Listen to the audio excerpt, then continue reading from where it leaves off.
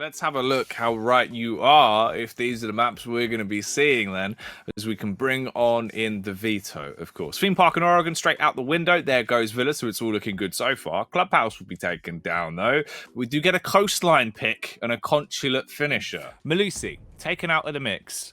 That's interesting. They do have the Lions. They're going to use that as a bit of a lion rush. They charge in with it, but the trades are coming in thick and fast. It is actually an equal stalemate to be left in, Tim, but they are not content until everyone is dead. And we'll see if they will eventually be able to make the move to plant it as the peak comes around from Psycho. He wins out with the MPX, besting Hornetau and getting the 2K onto Lagonis. I said be wary of Psycho. 3 on the round so far, and he doesn't show any signs of stopping. He's got more HP than Pino, so will take the fight and win it against Patoxy. Right. Spotted out the Valkyrie, left his drone there so he knows exactly where she is, and then goes for the adjustment in as the nades are flying through the air. She'll be flying down to the graveyard and leaves them into a 4 versus 4 already. But let's see if they'll be able to get any more bang for their buck. Drop down with the nanobots coming out, but he's still slaughtered once again as Muzi makes the adjustment for the easy frag there onto Patoxy, putting them at a back foot. And that back foot's getting worse. They don't have a back leg anymore. They've only got the right leg, Tim.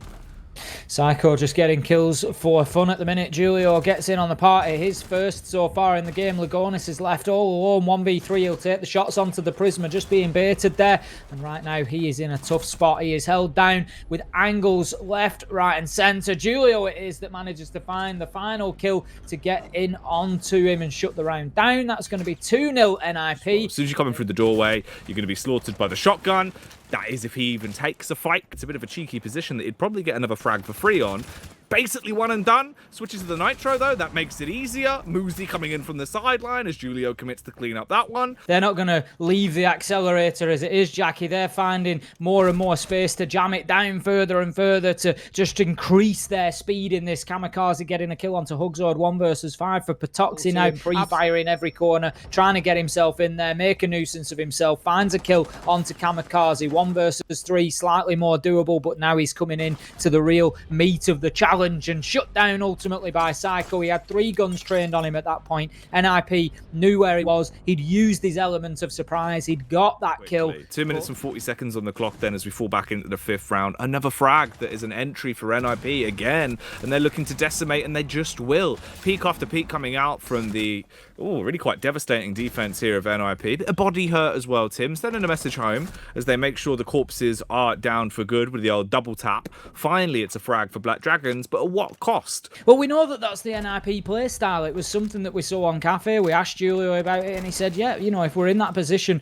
where we're picking up those early kills, we'll just get out there, get aggressive, and then, you know, much like the Tide, as I said, they'll just wash back out and just be passive. He's going to go in through the kitchen window now, shut down on the short angle by Kamikaze. A little bit of CQC there with Big Papa Pump, and closes out the round on the mute. That's going to be NiP 5-0 and winning this one in quick fashion. Trying to find any vertical angle he can, and he will find one. PZD is ultimately to finish Julio off, but Psycho gets the trade there, and that's going to leave us now in a 4 versus 3. 20 seconds left to go, 3 versus 3, but here comes the NiP collapse back onto site. Kamikaze gets one onto Hornetau. Lagonis, Hugzord, they've got it all to do. They're able to level things up 2-2, 2 versus 1 right now. It's all down to Pino, but he manages to square it away in a 1 versus 1. Lagonis has got very little option but to stick this diffuser. If he comes off, it leaves him with absolutely no option. Pino making the smart play here, sees the man, gets the headshot, and that is threading the eye of a needle past the bomb chassis to take down the last remaining. NiP though, where's the big fanfare? Where's the move as the smokes go around the corner, but Kamikaze himself gets smoked out by Lagonis. There is a trade on the Hugzord from Pino. Muzi locked in Mortal Kombat towards the corridor as he sprints his way back away, trying to stay alive. A 2K could be presenting itself for him if he hits his shots though. We are left in a 2-on-2, but there's no chance to get the diffuser down, so they time themselves out of the round. Then Pino taking a peek out with a nade, and he overextends too far, revealing himself and running the risk of taking a bullet to the side of the cranium, one which will connect and spill out his head. Backing off as well, Psycho switching to the pistol, but he's going to be sideswiped. He's leaving his shield down whilst he gets capitalized upon by Hugzord with the Alder. Another frag going the way BD. This is where it gets a bit worrying. 13 seconds, just going to hold his angle for the time being, Muzi. Julio manages to get himself one, but shut down with the trade very quickly from Hornetow. Muzi finds PZD, finds a second, 1v1. 4 seconds left to go. Can he find the last man? Pre-fires. He's just going to keep himself out. A dodge now as Muzi goes in to get that diffuser down. He has to come off. He knows that the man is coming. If they find a further 3 frags, PZD towards the kitchen, bides his time as he spots out the back of Muzi. Shots whizzing by, but no connection. He couldn't actually get himself the kill, and this just means it's going to go from bad to worse. This is a peek from Julio. Lagunis finally pipes up with one on the Alda, taking damage left, right, and center. And they're not going to get kills either. Seems like this is where the chapter will end. The NiP will eventually put the game on Coastline to bed with a 7-3 split as Julio charges in with the Nomad and ends that one, not giving them another round as NiP lock down the first map and best out Black Dragons. Well, that holiday from hell is now over for Black Dragons as NiP put them out of the misery and finished things off 7-3. They certainly made a good effort of it to say that they came in to a 6-0 opening half with NiP not just looking dominant, they were looking like a completely different category, a different tier, a different type of team, Jackie. Valkyrie band taken out. On the money as always, Tim. NiP versus BD. It all comes down to this on Consulate. You're going to gain a lot of momentum off of this opening round, and Julio seems to want to secure it. Issue is, he doesn't have eyes on the top of his head as PZD will fire down from above, slaughtering him. There's another frag as well. Hornetow cleaning up with the SMG, but it's only one before he's put off into a pine box. 50 seconds remaining, 2 versus 3. They've still got the vertical angle for PZD, but they don't have Hugzord anymore. Spotted out on the spiral staircase, it all falls to pieces. Diffuser's down with 40 seconds left. What do? They find PZD and they kill him, Tim. They kill him. And that is exactly what NiP are likely to continue doing. That round was scary. Expecting the breach to be coming in relatively soon as Maverick's there, burning his way through. Lovely adjustment, straight through the hole. They're just choosing not to bring those hard breach operators along with them, and it could well cost them here, NiP, in round number 2, because they're being limited to just dropping hatches into sight, and that is not going to work every single time. The Maverick being completely closed out. The carnage kicks off once again. Julio slaughtering a man from behind. Up from Batoxi, deals with 1, deals with 2. This is a good start to try and turn this round back into a winnable spot, but he doesn't find the flick. Yes, he does. What? How on earth has he won that encounter? He was literally at chest height. He's found the adjustment, all lying on the hands of Hornetow, who's got a free frag right round the corner. If he walks in through the doorway, Tim, in a mess hall, he could really make the round messy, but he has no idea. Instead, snapshot up the stairs and the backstab on the Pino. What? Hornetow goes huge in round number 4. As and when the push comes through to try and get the diffuser down. Now Hugs already creates himself a rotation into bathroom. Does not use it. Will wish that he had as Julio finds him coming through the main desk and shuts him down. Psycho onto Patoxi. Hey, where's the Black Dragons popping off and trying to save the day? The Nitro toss coming out, but it's too late. He'll be slain before he has an opportunity to pull it. With 10 seconds left, Julio commits to the plant and Hornetow has everything to do. Peak by peak, he's going for the swing, but he can't get a kill. Can't deny the diffuser.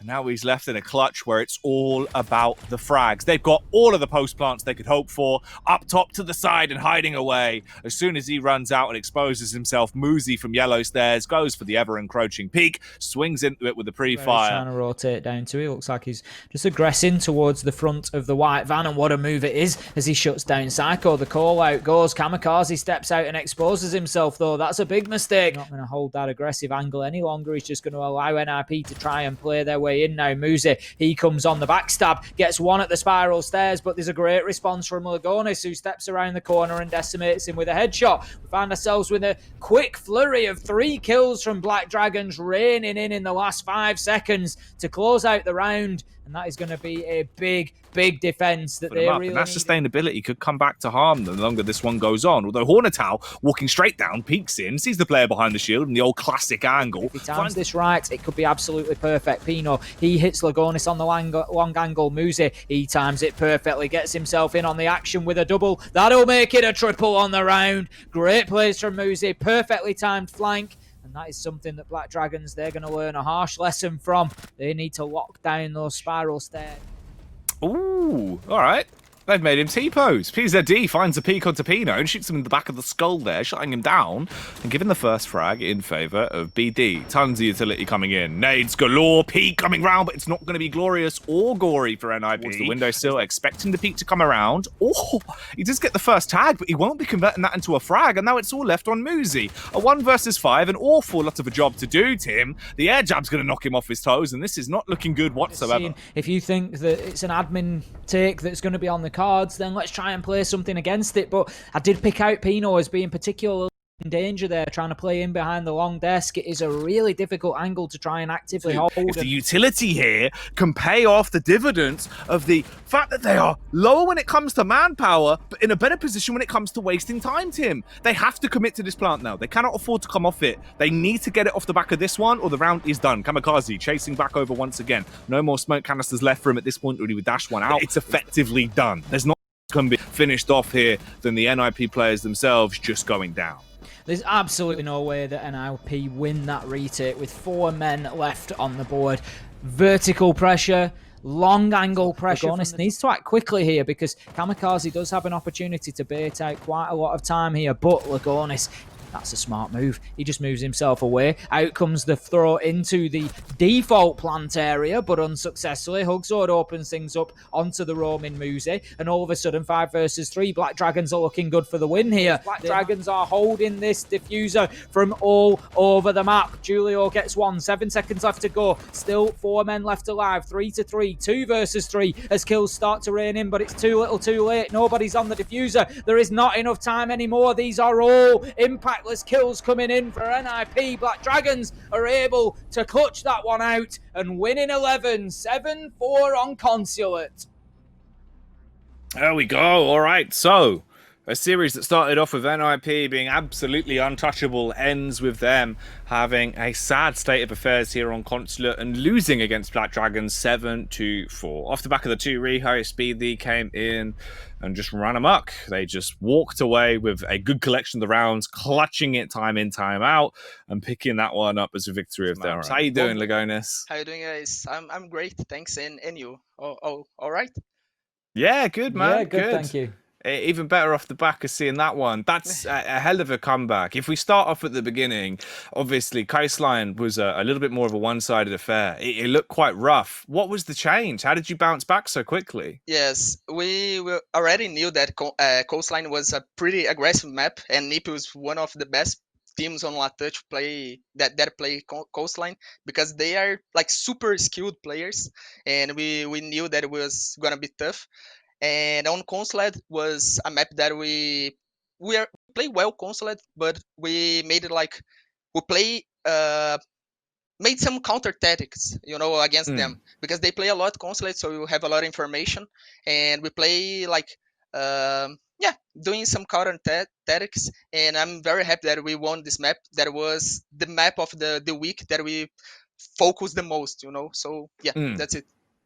That's good. I mean, it seemed like there was a bit of a difference, particularly from Coastline to Consulate in the gunfights, Lagonis. You just couldn't win a gunfight for sort of love nor money to begin with on Coastline. It was very difficult for you. NiP winning all the shots, and then you really got back into it on Consulate. Did you just warm up a bit, or was it just better positioning? What caused that change? Yes, you are asking like my individual performance in this time of.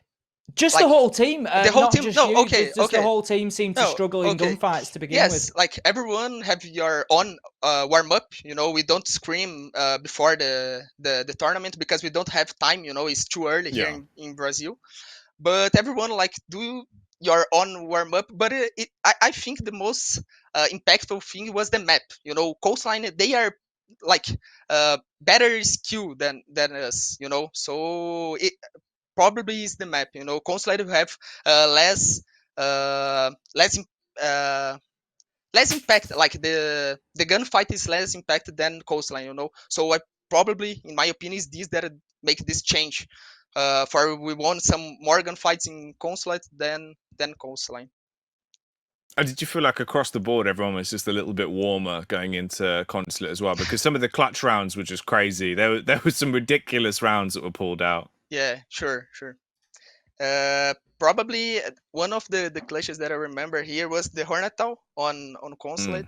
That clutch was really nice for us because give that hype again, you know. Yeah. And Psycho on the first round, I think on Coastline did a clutch 1v3, if I can remember. Yeah, I'm pretty And sure it was. yeah, Yeah.